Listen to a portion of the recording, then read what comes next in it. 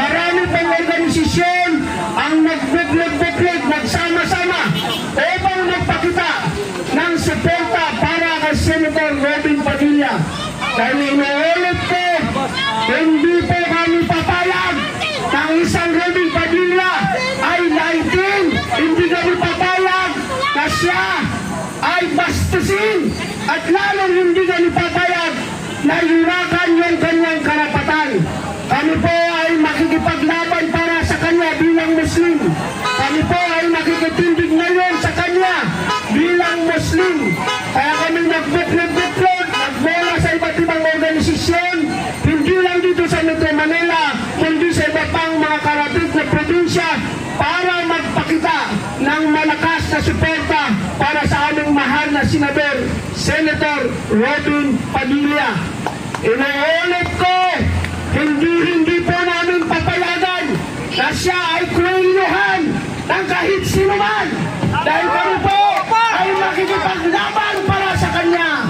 Bilang isang Muslim, kami ay tumitindig para sa isang Robin Padilla. Kung ating maalala, siya ay nagsabi nitong mga nakarang araw. Sabi niya, ang Bangsamoro kailanman hindi sumuko sa mga Espanyol. Hindi sumuko sa mga Amerikano. Hindi rin sumuko sa mga Hapon.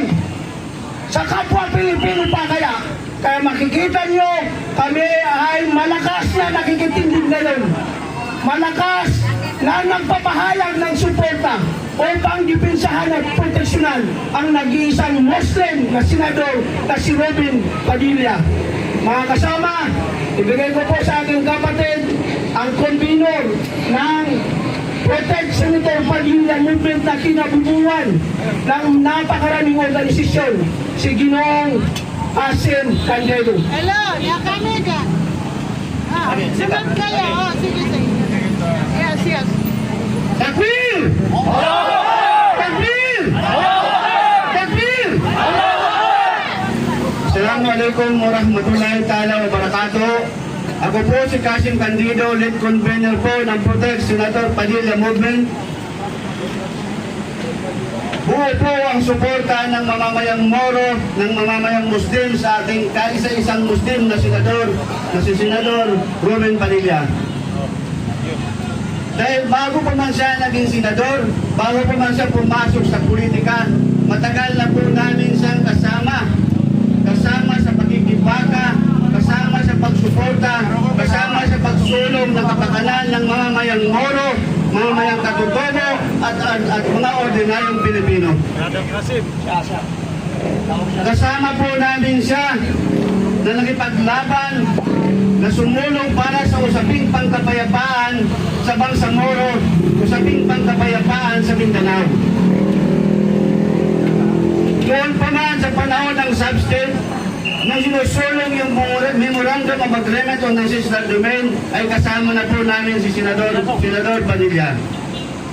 Kasama namin siya sa pagsulong noong panahon ng Comprehensive Agreement on the Bangsamoro. Kasama din po namin siya sa Framework Agreement on the Bangsamoro hanggang sa Bangsamoro Organic Law, hanggang sa ngayon yung Bangsamoro Autonomous Region in Muslim Mindanao. Kasama po namin siya sa nakikibaka para maisakatuparan na magkaroon ng sariling pagpapasya ang mamamayang Moro.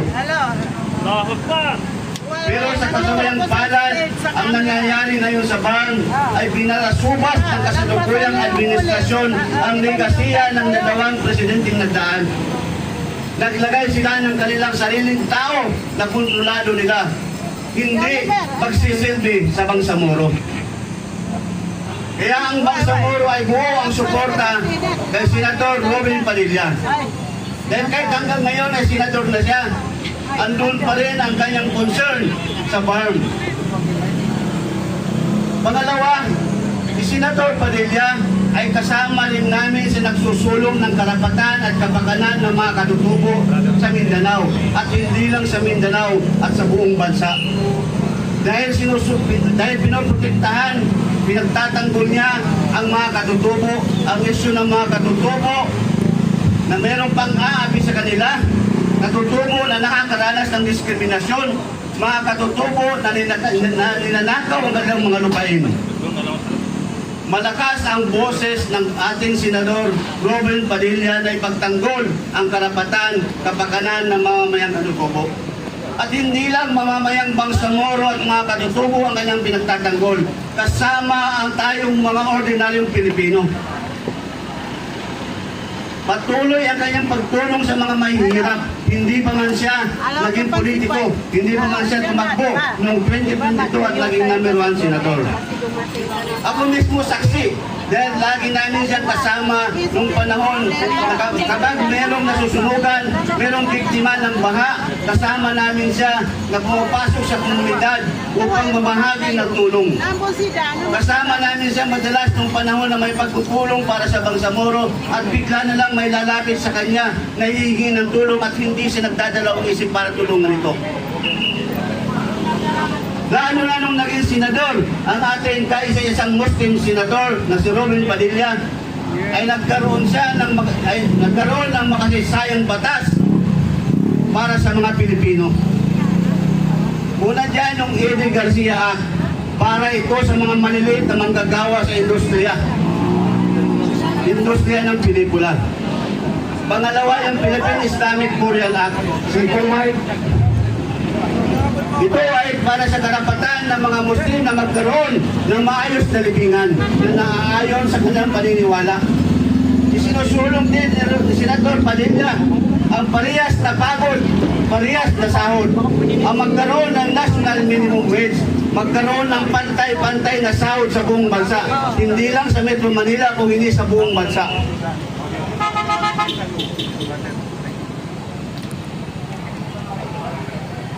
Isa rin sa Senador Padilla sa nagsusulong na may sa batas anti-racial discrimination. Magkaroon ng anti-racial discrimination na batas para maging krimen ang pag-discriminate sa mga maliliit na mamamayan.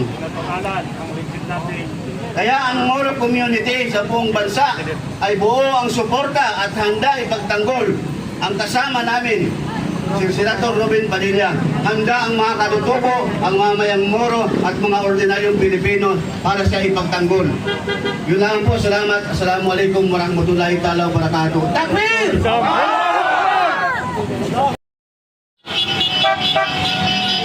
Nandito na yung mga Muslim, mga kababayan na nagkaraban, no? Dito ngayon sa Senado, dumating na para suporta para kay Senator Robin Padilla.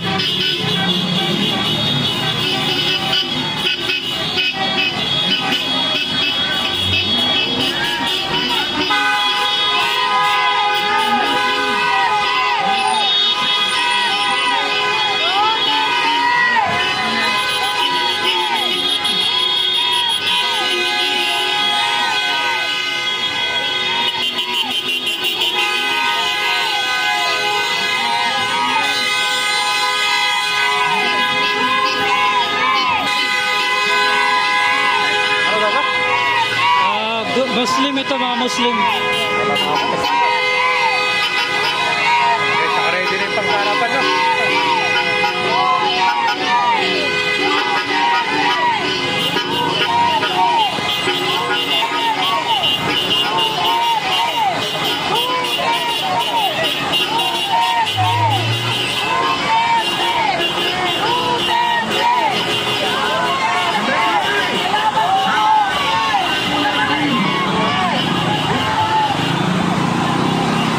Tuloy pa tayo dito sa kabila. Diretso lang tayo, diretso lang! Diretso lang! Diretso lang!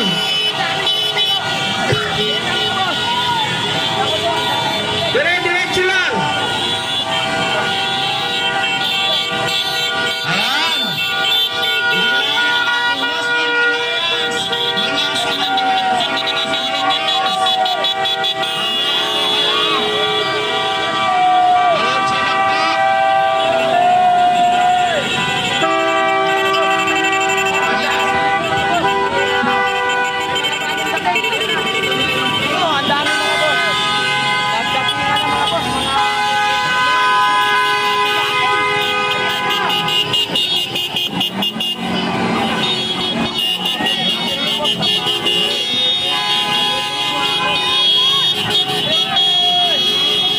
Kita natin.